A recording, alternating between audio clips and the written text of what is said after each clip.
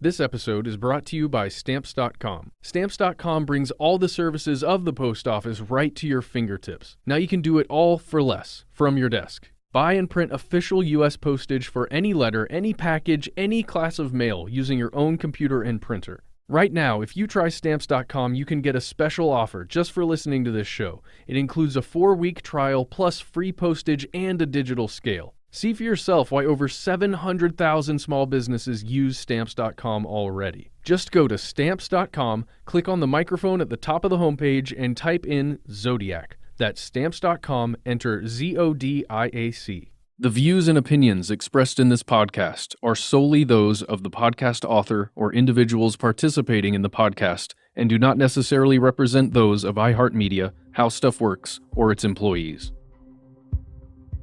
In earlier episodes of Monster, we've mentioned all the witnesses that might be able to identify the Zodiac Killer. Michael Mageau, the young man who survived the attack at Blue Rock Springs.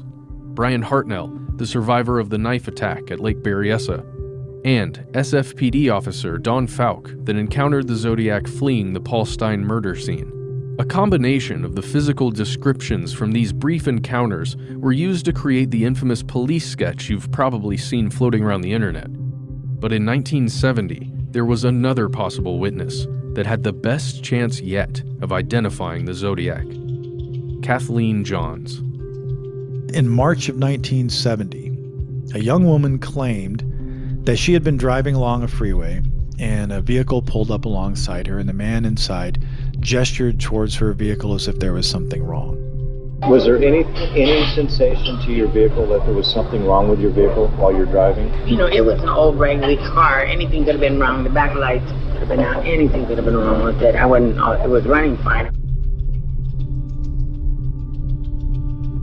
So she pulled over, and according to the story, the man pulled over and said, "Hey, your tire's loose. I'll tighten it for you." So he went back and got a tire iron, came back, went to the back, fiddled around, stopped again at the window and said, "It's okay, it should be okay." What he did was actually loosen the tire. And I'll go too far. I hear it across the street, not even. And the tire fell off. That gave him a perfect opportunity to pretend to be the Good Samaritan and offer her a ride. A man in a mask robbed, tied, and stabbed them, leaving them for dead. Subject stated, "I want to report a murder." No, a double murder. I did it. A man who wore a medieval-style executioner's hood, carried a knife and gun, and intended to use them. They haven't arrested me because they can't prove a thing. I'm not the damn Zodiac. Who is the Zodiac, and where is he? From iHeartRadio, How Stuff Works, and Tenderfoot TV, this is Monster, the Zodiac Killer. In this episode of Monster, we're going to hit rewind and talk about some things you've likely never heard before.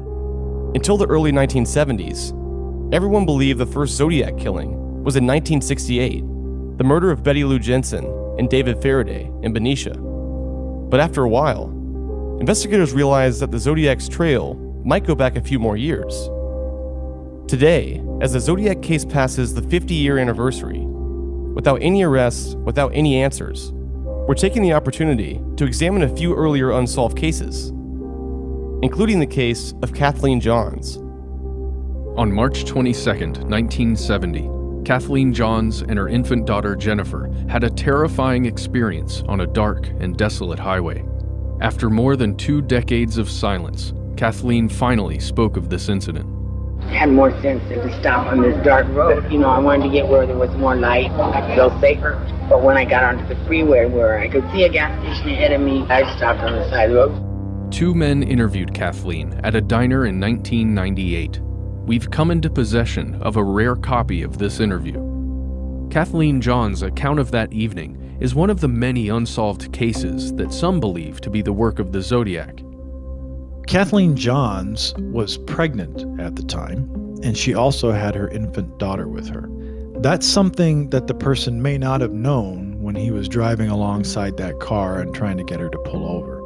And he may not have realized that until the last moment when he had already offered her a ride. And she gets out of the car with her stomach and her baby. It's possible that at that moment the person reconsidered what they were doing and may have decided, well, I was intending to kill this person, but now I know she's pregnant and she's got a baby with her. I'm not sure I really want to go through with that.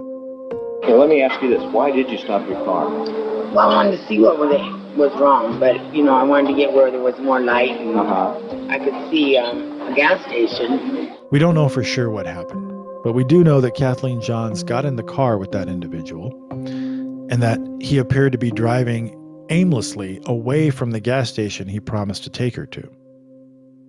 And at a certain point, she became suspicious.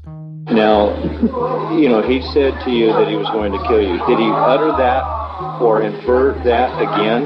Many times. In this monotone, no feeling, no looking at me, driving on. In her earlier statements, it indicated that he did not threaten her, but later on, she claimed that he said that he was going to kill her and throw the baby out the window. Did he change the wording, or was it always, you're going to die, I'm going to kill you and throw that baby out? How many times did he ask you to throw Jennifer out? Quite a few. Half a dozen. We were out there, it seemed like an awfully long time.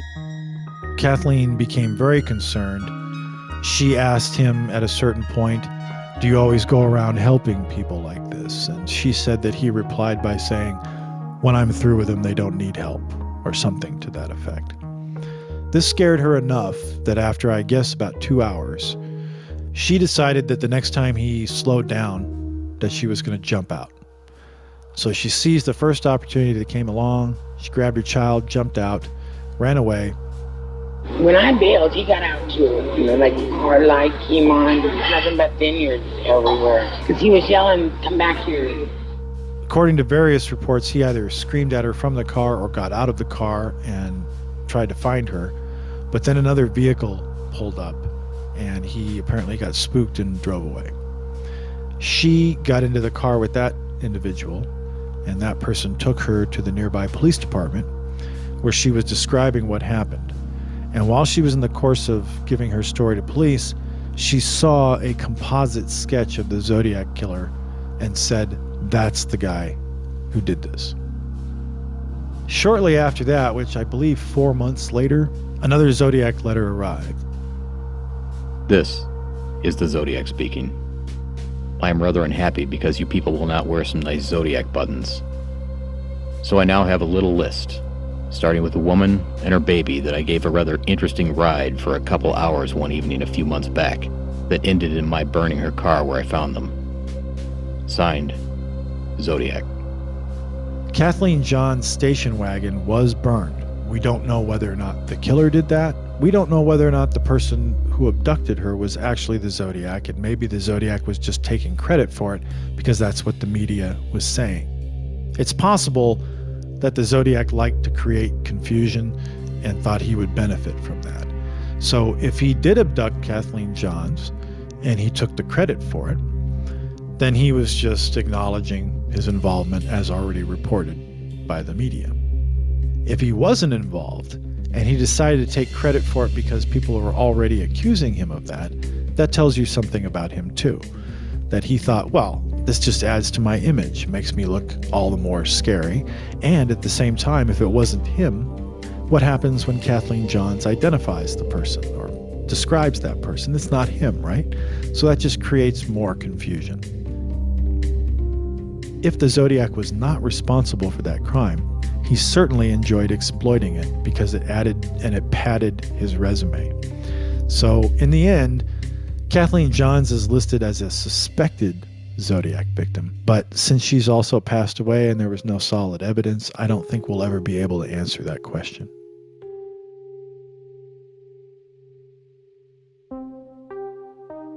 Her interview was recorded in 1998, nearly 28 years after her encounter. By this time, Kathleen's name had changed to Smith. This is Johnny Smith on January 1, 1998, meeting with Kathy Smith. Howard Davis is also here present. I hope, Kathy, that this comes out with all of the background noise and everything, but I'm going to ask you to kind of speak up a little bit if you would. even after so much time had passed, Kathleen still remembered the incident vividly. Did you have any sense at all that he was behind you? There was a car behind me, yeah, and it kept flashing its lights. I had always hoped to be able to talk to Kathleen, and we were fortunate to talk to her before she passed away. This is Howard Davis, one of the men who interviewed Kathleen. He had secured an interview with Kathleen at a local Denny's. And we interviewed Kathleen for a while, and then John's case reporter went out for battery. We really just got the basics from her. We just, went through the interview. We really didn't get much, but we did get some information that no one had heard about before. I don't think there were any other interviews after that. Howard Davis wholeheartedly believes that Kathleen encountered the Zodiac that day. Kathleen's description of her abductor closely resembled other eyewitness descriptions of the Zodiac. He was wearing the bell-bottom pants, a naval appearance, military dress shoes, military dress shoe footprints were found at the base scene where her car was sabotaged. She was the Zodiac victim. She's the only one to escape from Zodiac, not only with her life, but unharmed, seated right next to Zodiac.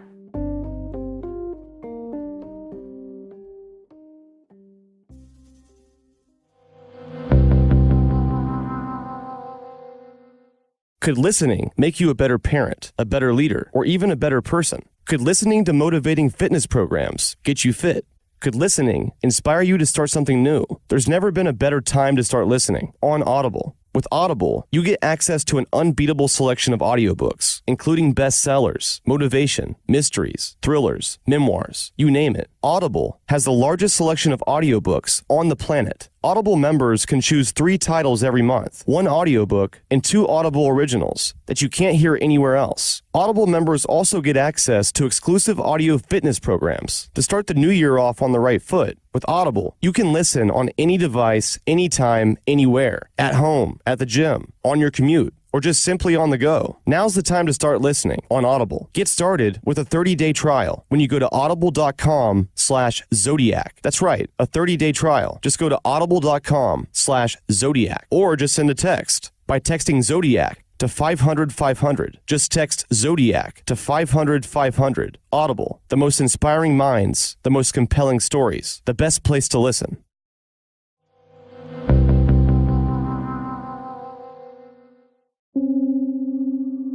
The Kathleen Johns abduction does not fit the Zodiac's previously established pattern, but also at the same time, he also deviated from his pattern, going from couples to a cab driver. Then he said that he was no longer going to announce his murders, and they were going to look like fake accidents and routine robberies and killings of anger. So maybe he had some plan for what he wanted to do, but it did involve a drastic change in his MO. Maybe he was going to murder her and make it look like an accident. Maybe he was going to come back and wreck her car or do something. I don't know. But there's some people who believe that if he was responsible for that crime, that he burned the car to cover up evidence, because he may have touched the car when he was loosening the lug nuts on the wheel. There's also the possibility that he had intended to kill Johns and then decided not to go through with it because she was pregnant and had a kid, and then was frustrated and needed to do something. So he drove back to where the car was and set fire to it. It's also possible he had nothing to do with it, and Kathleen Johns was wrong in her identification. But then you come to the fact that during that same period of time, there was also speculation that the Zodiac may have been involved in another murder in 1966 at Riverside City College. After the Zodiac murders were being reported in the media, investigators in Riverside were watching and saying, this looks kind of familiar, and maybe these crimes are connected. So they contacted the Zodiac investigators and reported their suspicions. And after investigators looked at this, they thought it was very possible that the Zodiac had committed the crime in Riverside. You had a young woman who was apparently visiting the college library, and while she was inside, someone disabled her car. And when she came out and her car wouldn't start, this person allegedly offered her a ride, and then when she went with him, he took her off into a darkened area and stabbed her to death. So if the Zodiac was responsible for the murder in Riverside, then that does provide some indication that he may have been responsible for the Johns event, because there's a similarity of selecting a single woman, disabling her car, and such. Then later on, San Francisco Chronicle reporter Paul Avery learned of this possible connection and reported it in the media in what was called the Riverside Connection. Was the Riverside killing of Sherry Jo Bates somehow connected to the midnight abduction of Kathleen Johns? And were both of these crimes, 3.5 years apart, committed by the Zodiac? We learned there was a possibility of finding some unprocessed film footage of Paul Avery just after he made the Riverside connection. There was only one place to go in search of a rare piece of film like that: the Bay Area Television Archive in San Francisco.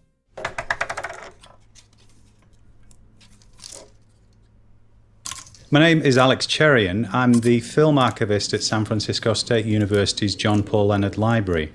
The Bay Area Television Archive is in our Department of Special Collections. This is where we preserve and remaster local news film, documentary, broadcast videotape from the 1950s through to about 2000. Before we work on it, it's just old film and tape. By the time we're finished with it, what you're looking at is a screener which is viewable online for free.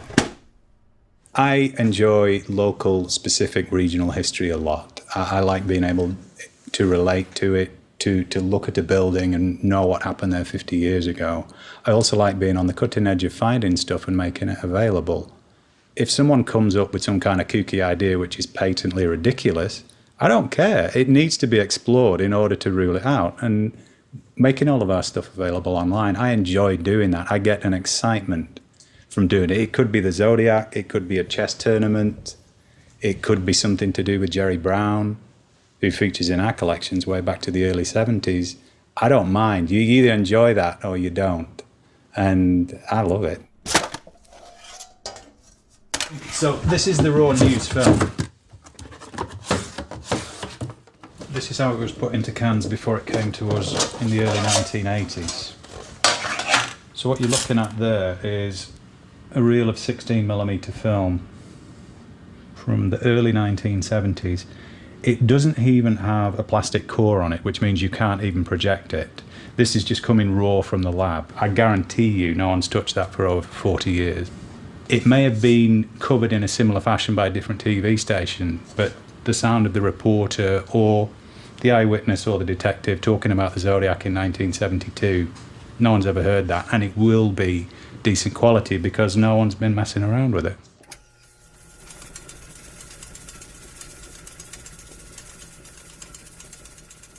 What things in this evidence you got from the Riverside police actually lead you to believe that there could be or is some connection?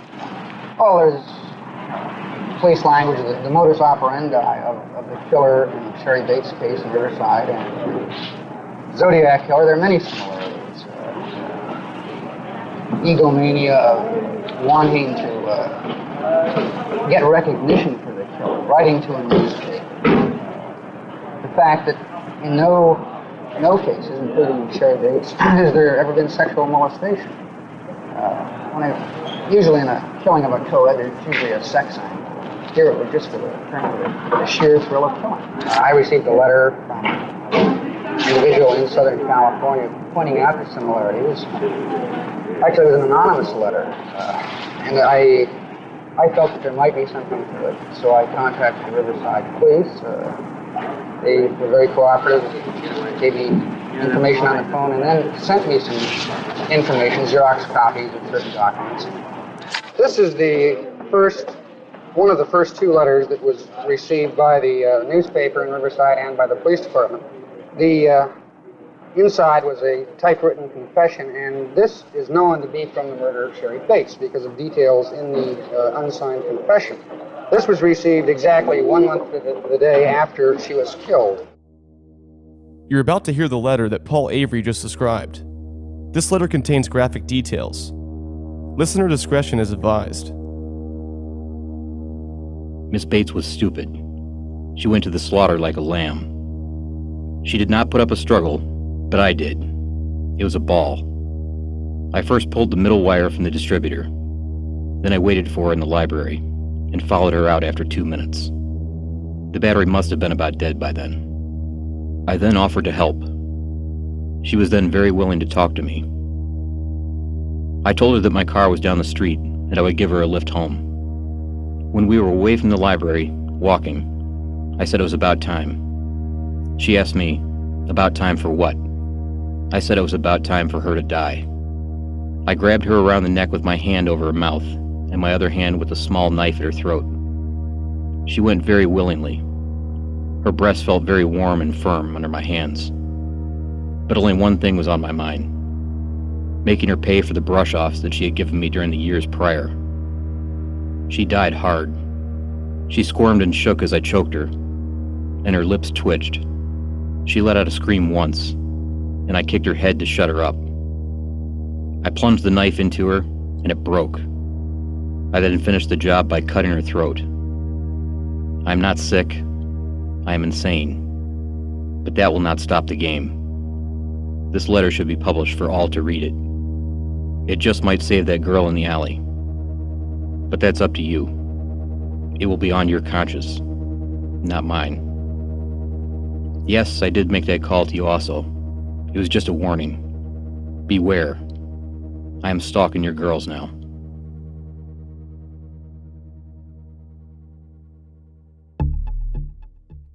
Now, some of that information appears to have been available in the public media at the time, but it's still possible that it was the actual killer who wrote it, or someone who was trying to misdirect the investigation. I'm sure that if things did go down the way that it's described in that letter, she thought that man was going to help her. And just like at Lake Berryessa, that person took advantage of her and forced her to participate in her own murder. And in the letter, he said she went to the slaughter like a lamb. So the police potentially had a Zodiac letter as early as 1966, just 1 month after the Bates murder. At the time, police thought the note was written by the actual killer because the information included in the letter was highly detailed, specifically the manner in which the attacker disabled the victim's car. I can't help but wonder, why didn't the Sherry Jo Bates case get more attention prior to the 1968 killings? But there was even more madness to come. Presumably, the same person also sent another series of letters, this time to police, the newspaper, and even to the father of Sherry Jo Bates. Paul Avery explains.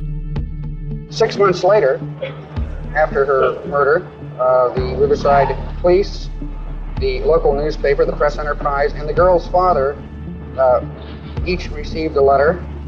And this is where I feel the handwriting here is very, very similar to Zodiac's. There are other things that make me think that it's quite possibly him. And inside of these, on lined freehole notebook paper, it said, Bates had to die, there will be more. And right at the bottom is a Z. The stylized Z at the bottom of the 1966 letter is undeniable, but it's also unlike the Zodiac's other signed letters, the ones that he ended with his circle cross signature. But even 1966 may not be the start of the Zodiac's reign of terror. His work may go back even further.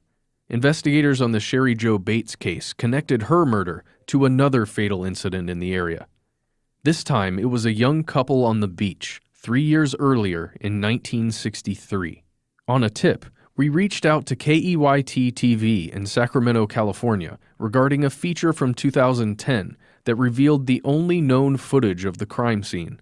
It's a 17-second look at an old shack on the beach where the bodies of 2 murdered teenagers were dragged and then burned. If Sherry Jo Bates was not the first, who was? The answer may be buried in these 43-year-old files in the Santa Barbara County Sheriff's Cold Case Unit. On June 4th, 1963, Lompoc teenagers Linda Edwards and Robert Domingos celebrated Senior Ditch Day by going to a secluded beach shack 25 miles west of Santa Barbara. They planned to graduate in 2 days, then get married. But the next night, a CHP officer discovered their bodies inside the shack. Robert had been shot 11 times, Linda 8 times. This is the remote beach where Edwards and Domingos were gunned down. As you can see, the old beach shack is long gone, just like the killer and any evidence that might identify him. This old newsreel just discovered in the KEYT archives is the only known film footage of the crime scene. It shows the area around the beach shack where the killer shot the teens and inside where he dragged their bodies and tried to burn it down to hide the evidence. The last time this footage aired publicly was 42 years ago, when no one could have known its significance. It's only 17 seconds long, but even sheriff's investigators who worked on the case more than 30 years ago didn't know the film existed. They're also convinced a young, inexperienced Zodiac murdered Edwards and Domingos more than 5 years before his reign of terror in San Francisco. But there was more to the story. This case had several similarities to other known Zodiac crimes, especially the Lake Berryessa attack in 1969 that left Cecilia Shepard dead and Brian Hartnell fighting for his life. The attacker approached the teens while they were sunbathing and relaxing on the beach. At gunpoint, one of the teens, Robert Domingos, was bound using rope the attacker brought to the scene. The weapon used to kill the couple was a .22 caliber semi-automatic, possibly a rifle, again with the Winchester Western Super X ammunition, the same rounds used by the Zodiac during the 1968 murders on Lake Herman Road. There were no witnesses, and there was no evidence of robbery or sexual assault. Attempting to hide, then burn the bodies of his victims was unique to this case. That could have been due to the attacker's lack of experience. Either way, with little evidence and no witnesses, the case had no leads for many years, and it remained open. 9 years later, in 1972, the Santa Barbara Sheriff's Department issued a press release connecting the Domingos and Edwards murders to the Zodiac Killer. But that connection was never officially confirmed.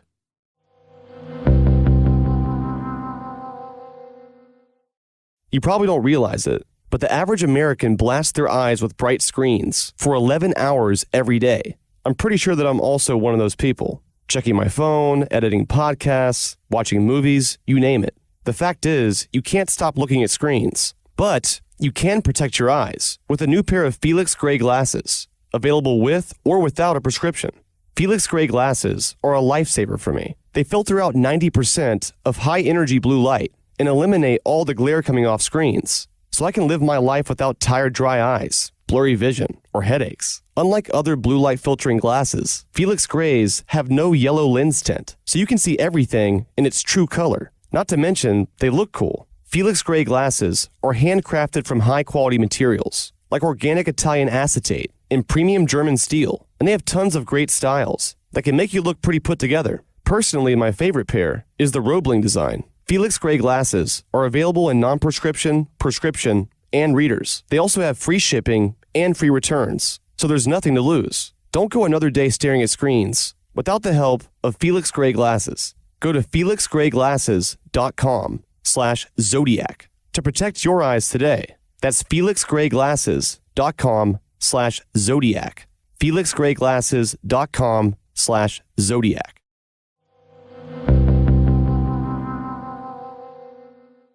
The Zodiac Killer had taken notice of Paul Avery's detective work back in 1970, connecting the killing of Sherry Jo Bates and the abduction of Kathleen Johns, a link that Avery called the Riverside Connection. The killer even acknowledged Avery's efforts within a letter to the LA Times on March 13, 1971. This is the Zodiac speaking. Like I have always said, I'm crack-proof. If the blue meanies are ever going to catch me, they had best get off their fat asses and do something. Because the longer they fiddle and fart around, the more slaves I will collect for my afterlife. I do have to give them credit for stumbling across my Riverside activity, but they are only finding the easy ones. There are a hell of a lot more down there. The reason I'm writing to the Times is this: they don't bury me on the back pages like some of the others. San Francisco Police Department, 0. Zodiac, 17+.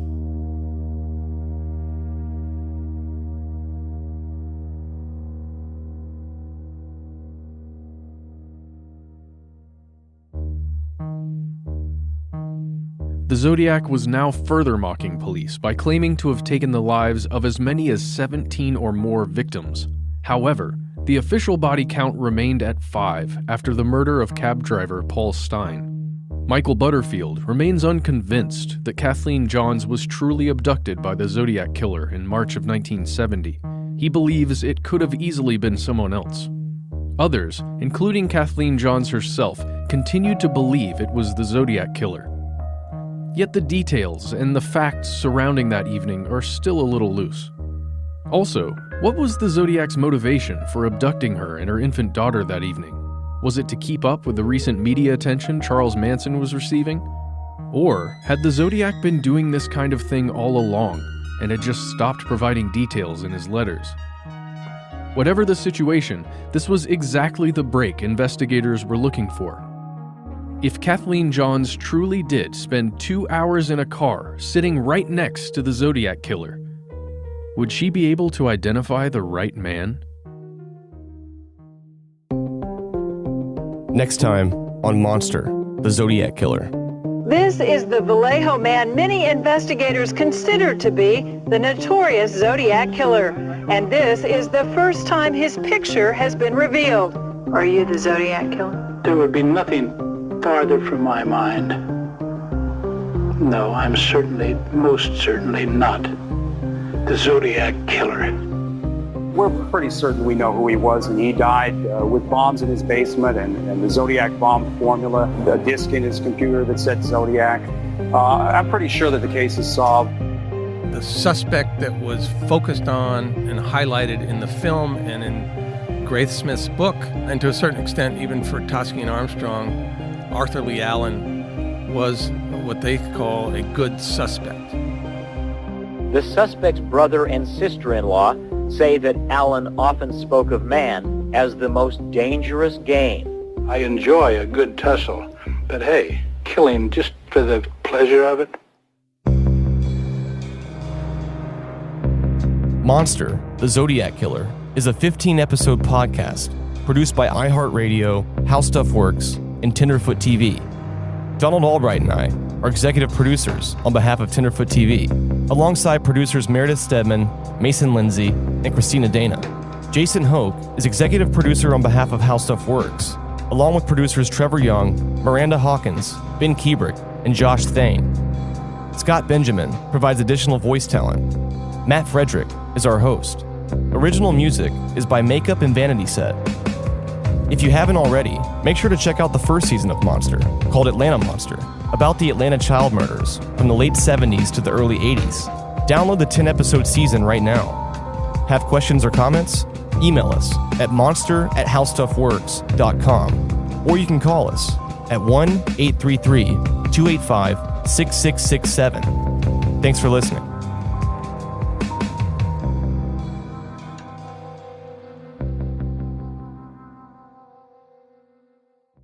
This episode is brought to you by Daily Harvest. Daily Harvest delivers carefully sourced, chef-crafted food built on fruits and vegetables. We're talking ready-to-blend smoothies like the ones I like, savory harvest bowls, soups, and more. Daily Harvest is the easiest, most delicious way to load up on fruits and vegetables first thing in the morning, before bed, or any time in between. Subscribe to Daily Harvest today. Just go to daily-harvest.com and enter promo code ZODIAC to get 3 cups free in your first box. That's promo code ZODIAC for 3 free Daily Harvest cups at daily-harvest.com.